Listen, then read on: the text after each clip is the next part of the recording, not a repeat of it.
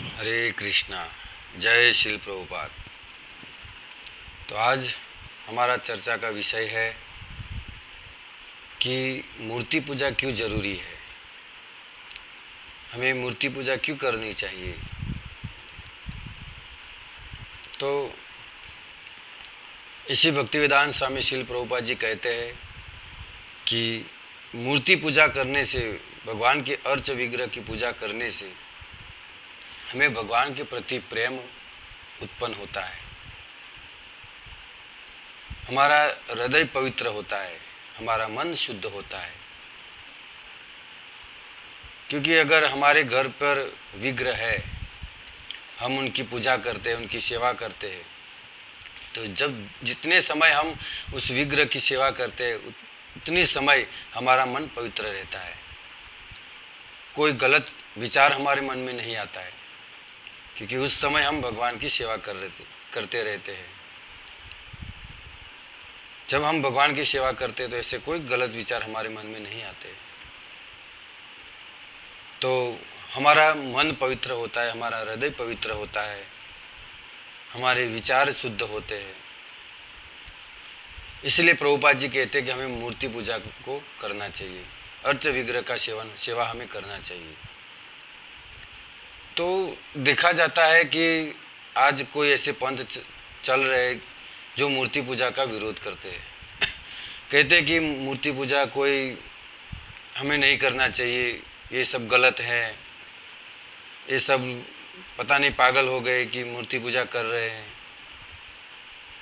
तो जब एक संत आए थे कुछ साल पहले, 500 साल पहले आए थे, तो इन्होंने ये मूर्ति पूजा का विरोध किया था। अब उन्होंने क्यों किया? क्योंकि उस समय जीव हिंसा होती थी,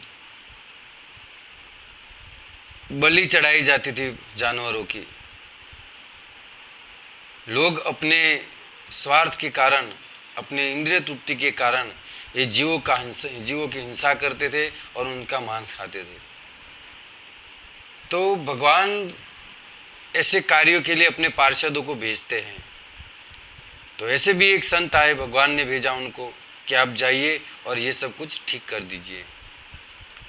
तो ऐसे संत आए और उन्होंने ये मूर्ति पूजा का विरोध किया और उन्होंने कहा कि मूर्ति पूजा आप बंद कर दीजिए। तो ऐसे संतों का ये कहना का ये भाव नहीं होता था, ये भाव नहीं था कि मूर्ति पूजा हमेशा के लिए बंद कर दिया जाए। क्योंकि ये सोचते थे कि अगर मूर्ति पूजा कुछ समय के लिए बंद हो जाए तो ये बलि चढ़ना, ये जीव हिंसा बंद हो जाएगा। तो इसके कारण ऐसे संतों ने आकर ये मूर्ति पूजा का विरोध किया, और कोई कारण नहीं है। और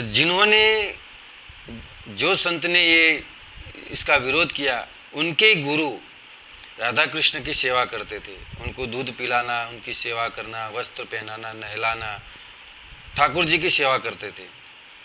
लेकिन उन्होंने इसका विरोध इसलिए किया कि इस समय ऐसा समय था, पाखंडी लोग अपने वासना के कारण, अपने भूख के कारण ये जीवों का हिंसा करते थे। तो तब जाकर इन्होंने इसका विरोध किया। उनका उद्देश्य ये नहीं था कि मूर्ति पूजा बंद हो जाए, लेकिन आज के उनके अनुयायी बस यही पकड़ कर बैठ गए कि नहीं, मूर्ति पूजा हमें करना ही नहीं चाहिए। तो ऐसे संतों का कहना हमें समझना चाहिए कि वो एक्चुअली वो क्या कहना चाहते हैं। तो ये मूर्ति पूजा हमें ज़रूर ये करनी चाहिए। और मूर्ति पूजा का बहुत ही अच्छा कारण है हमारे जीवन के लिए कि हमने कहा कि मूर्ति पूजा करने से हमारा मन पवित्र होता है, हृदय पवित्र होता है, हमारे जो विचार है वो शुद्ध होते हैं। तो हमें मूर्ति पूजा जरूर करनी चाहिए। और मूर्ति पूजा का एक अर्थ ये है कि भगवान को किसी एक जगह पे हमें देखना। ये बड़े बड़े मंदिर बन रहे हैं, उसमें भगवान की स्थापना होती है, क्यों होता है? किसी ना एक जगह, कोई भी एक जगह पे तो हमें भगवान को देखना पड़ेगा। तो बड़े मंदिर इसलिए बन रहे हैं, उसमें भगवान की अर्च विग्रह इसलिए स्थापना की जाती है कि हम भगवान को किसी एक जगह पे हम देखें, भगवान के रूप को देखें और भगवान के ये कथा का हम श्रवण करें, उनको भोग लगाया हुआ हम भोग ग्रहण करें। तो इसलिए ये मूर्ति पूजा हमें करनी चाहिए।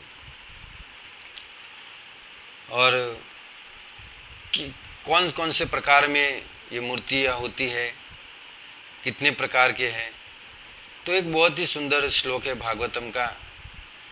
कहते हैं शैली दारू मई लोही लेप्या लेख्या च शैकती मनोमयी मणिमयी प्रतिमाष्ट विदा स्मृता।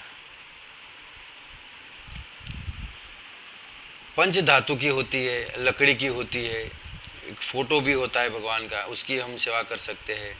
पंच धातु की होती है, मिट्टी की होती है, बालू की होती है और एक मन की। ऐसे 8 प्रकार के भगवान के अर्च विग्रह के प्रकार है। इनमें से किसी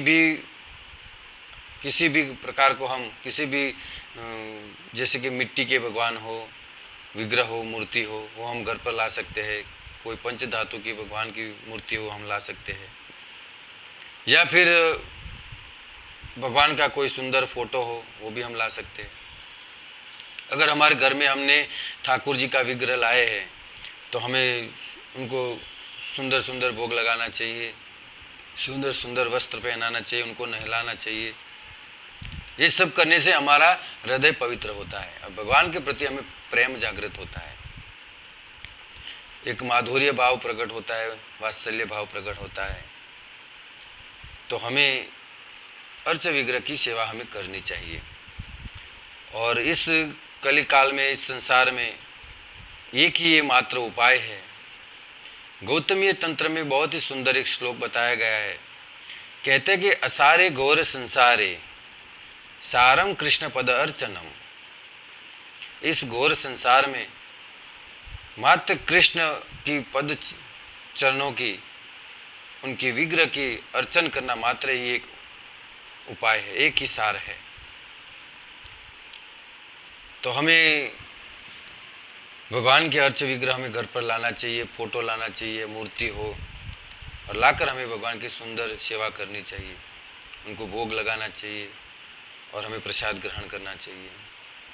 ऐसे मूर्ख लोगों की बातों में हमें नहीं आना है कि मूर्ति पूजा हमें नहीं करना चाहिए, सब लोग पता नहीं पागल हो गए कि भगवान को नहलाते हैं, सुंदर वस्त्र पहनाते हैं। ये सब मूर्ख लोगों की बातें हैं।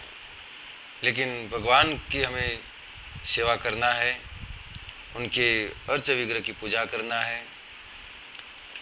श्री चैतन्य महाप्रभु बहुत ही सुंदर कहते हैं, 5 चीज उन्होंने बताया है। साधु संग, नाम कीर्तन, भागवत श्रवण, मथुरा वास, श्री मूर्तिर श्रद्धाय सेवन। 5 चीज बताई गई है। कौन सी है? पहला है कि साधु का संग करना है, दूसरा है नाम कीर्तन करना, भगवान के पवित्र नाम का उच्चारण करना, कीर्तन करना। तीसरा है भागवत श्रवण करना। चौथा है मथुरा जैसे धामों में वास करना। मथुरा है मायापुर, जगन्नाथपुरी, द्वारिका, वृंदावन, ऐसे धामों में, हरिद्वार, ऐसे धामों में हमें वास करना चाहिए। और 5वां है श्री मूर्तिर श्रद्धाय सेवन। भगवान के अर्च विग्रह मूर्ति को घर पर लाकर हमें उसकी सेवा करना चाहिए। तो इसलिए हमें भगवान के विग्रह की सेवा करना चाहिए। तो आज का हमारा ये विषय था कि हम ये मूर्ति पूजा क्यों जरूरी है।